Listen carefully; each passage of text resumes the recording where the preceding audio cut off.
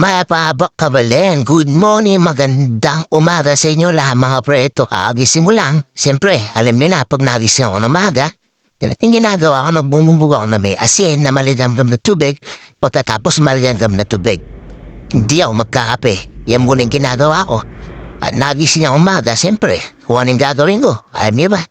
Alam niyo ba yung gagawin ko? Siyempre, maghahatid ako ng mga bata. Yan lang naman ang nagagawa ko, natutulong sa mga bata eh. Kahit matikas ang ulo nila eh. Hindi. Ako, kusa akong ginagawa yan. Kusa akong ginagawa na maghahatid daw sa kanila. Kahit sila ang matulong ko sa kanila. Na susunod din sa akin ng mga yan eh. Natutuwa ako sa kanila, masipag sila mag-aral. Kaya wish ko lang sa kanila makapagpatapos ng pag-aaral. Para sa sarili nila. Hindi sa magulang, para sa kanila paglaki nila. Kasi magulang ginagawa naman ang lahat para sa inyo. Kaya po si Kian. Papasok na rin po, service niya po si Tita Bam, si Kapitana, at Sinsin, ingat kayo. Si Kian po masipag din mag-aral yan mga pre. Kaya mabalungos lang na Lorna Tolentino. Pero mabait po yan, matalino, di ba? Napakit, parang si Sir Gavin, kamukha niya yung idolo niyang pinapanood niya lagi na ngayon, napakasikat na. Di ba? Sir Gavin, makita mo naman sa di ba? Kaambal mo yan, parang anak mo na nga si Kian eh. Ako, mga pinsan ko, sana gusto ko lang naman, sana sumunod na tayo kay Apon Daling, sana pag inutusan tayo kung ano yung pinagawa sa atin, sumunod na lang tayo, hindi yung mauuna yung balungos natin, nakakatakpa tayo, nasa panganay, nasa bunso, pati sa akin, mabalungos, hindi, mabait naman yung lola natin eh, kailangan sundan na lang natin kung ano yung inutos niya, huwag na tayo magsalita, sabihin natin ano yung papagawa mo nang. Hindi, pagising mo na lang, gawin mo na lang yung kailangan gawin mo. Kung maglinis ka ng CR, kung magwas ka ng plato. Tulong tayo kung ano yung matutulong natin. Kung gusto mong magwalis sa labas, para inang hindi na siya magwalis, ikaw na. Hindi si Angel yan. Masipag din ng bata na yan, pero sumasagot. Pero yung sagot nila, nawawala din ng minuto. Gagawin din yung pinapatrabaho nila ng ganun. Minsan po kasi naglalabas si Inang, yan po yung tinatawag si Angel kasi alam niya marunong siyang mambanlaw, magsampay, magdarayer. Alam niya, magpaikot ng ano. Kaya si Angel po yung tinatawag, kaya minsan nakabalag yung labi niya. Kaya nakasimangot, sumasagot. Pero ginagawa naman po yung trabaho niya.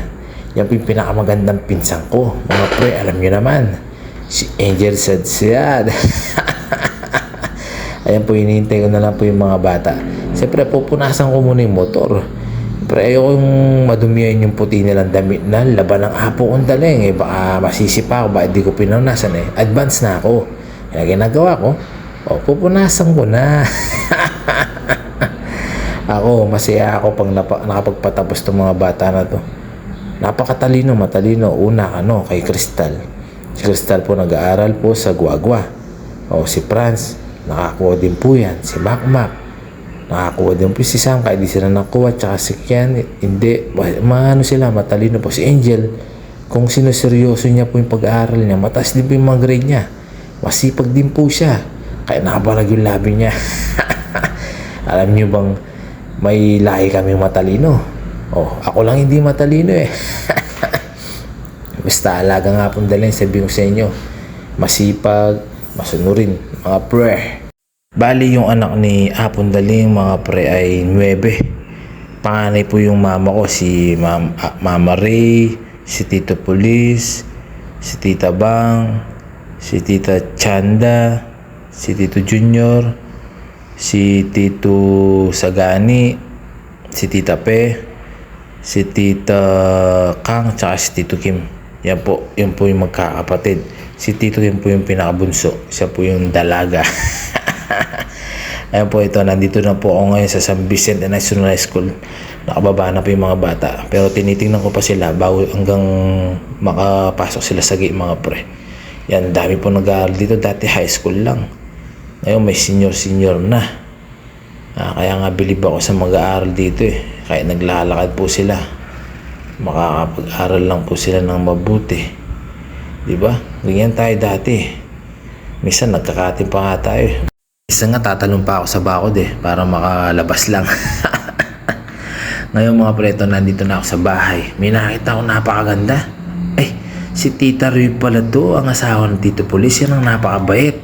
na maaasahan kahit saan, pagluluto, paglalaba, paglilinis. Si Tita Roy, mabait yan. Ang asawa ni Tito Pulis. Ang nanay ng pinsan ko, napaka-pogi na si Chip. Ayan mga pre, ako ipapasok na. Siyempre, prepare ko na yung dadalhin ko at si Sniper Blue, matatanggalin ko na ng cover. Pre, papasok ako para advance ako mga pre. Hindi ako pumapasok na late yung humahabol ako sa oras. Hindi. Maraming salamat sa inyo mga pinsan ko na minsan sumusunod kayo sa akin kay Apon Daling. Tandaan natin, sumunod lang tayo kay Apon Daling. Mahalin natin siya. At respetuhin natin ang bawat isa at magkakasundo tayo sa bahay. Alam nyo, marami tayo sa bahay. Bilib ako sa inyo, mga bata. Tandaan nyo, mahal na mahal ko kayo, mahal na mahal natin sinang. Kayo lahat, pamilya ko. Kayo lahat, alam nyo kung sino-sino kayo. Tandaan nyo yan, mga pre. Ingat po tayo lahat, mga pre.